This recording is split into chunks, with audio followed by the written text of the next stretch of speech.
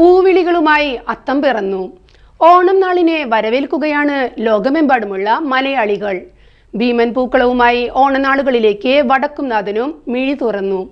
വടക്കുംനാഥ ക്ഷേത്രത്തിലെ തെക്കേ ഗോപുരനടയിൽ 1500 കിലോ പൂക്കളുമായി 60 അടി വ്യാസത്തിൽ ഭീമൻ പൂക്കളം ഒരുങ്ങി.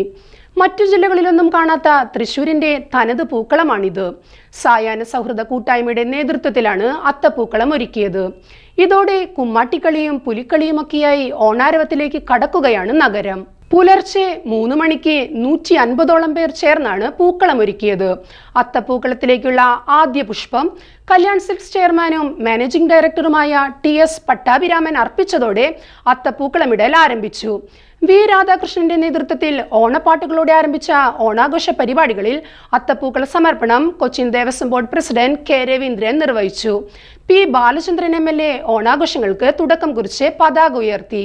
പൂക്കളങ്ങൾക്ക് ചുറ്റും ദീപപ്രഭയോടെ ദീപങ്ങൾ നിറഞ്ഞു കത്തിയ ദീപചാർത്ത് വേറിട്ട കാഴ്ചയായി.